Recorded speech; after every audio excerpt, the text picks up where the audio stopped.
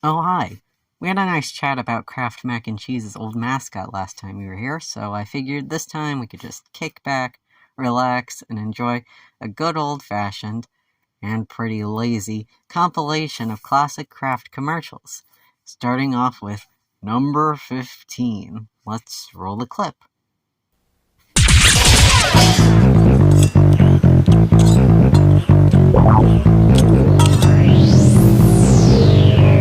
You are what you eat. Gotta be KD. What was that? What is KD? Hello? Back in 1916, Canadian-born entrepreneur James Lewis Kraft became the first man to file a U.S. patent for a shelf-stable cheese product made possible by new emulsifying salts. In 1937, spurred on by economic pressures and dairy rationing brought on by World War II, and inspired by Great Depression salesman Grant Leslie, who sold rubber-banded bundles of grated shelf-stable cheese and macaroni together, Kraft launched the Kraft Dinner in both the United States and Canada. It was branded as a family meal for 19 cents, ready in 9 minutes. Its low cost meant 2 boxes could be purchased for 1 ration stamp, which ration stamps are a convoluted and evolving social service program that ran during World War II that could deserve a completely different video.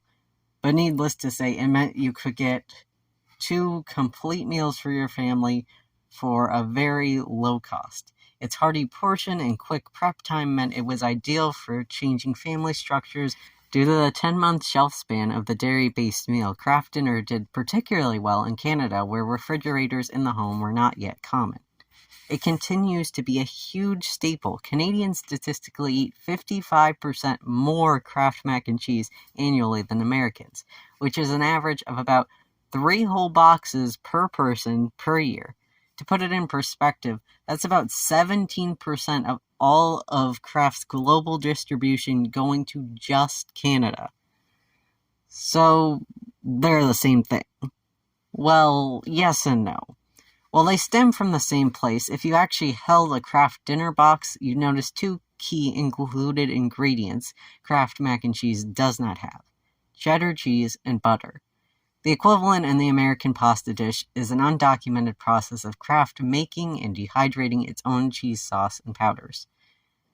This might make it sound like Kraft Dinner is just a deluxe version of Kraft mac and cheese, but really, which version tastes better seems to be completely determined by what a person was habituated to as a kid. And that difference isn't actually why the name was changed. No, the divergence comes in the 1970s. Kraft, after having briefly settled on an iconic blue box design in 1954, decided they wanted to play around with the color of the boxes again.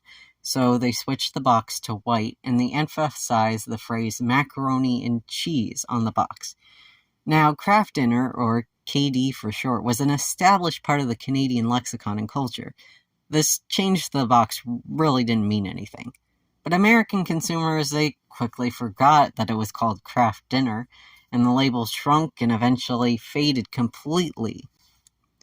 Kraft ultimately wants to present a product that is recognizable and has a good cultural association with the market it's in. In Canada, where bilingual packing laws exist, they know the box would be much more pleasant to the eye and recognizable printed as Kraft Dinner in French and Kraft Dinner rather than the alternative.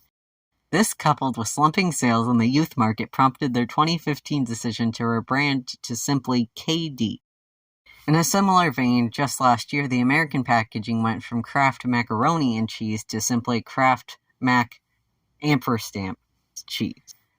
They cite this change as a way to acknowledge the way the product is referred to by their consistent customers. It also coincides with changes trying to embrace its label as a comfort food while also ditching the negative stigma surrounding that term. Basically, Kraft Dinner and Kraft mac and cheese are the same thing. It's really a matter of the cultural evolution of language and the parasocial relationships brands try to build with their customers. Really, we should just be grateful we don't have to call it, oh, come on now, cheesy pasta? I am a little upset though, we don't get the shakeable cheese powder here in America. I wonder how many subscribers it would take to get that kind of dinner.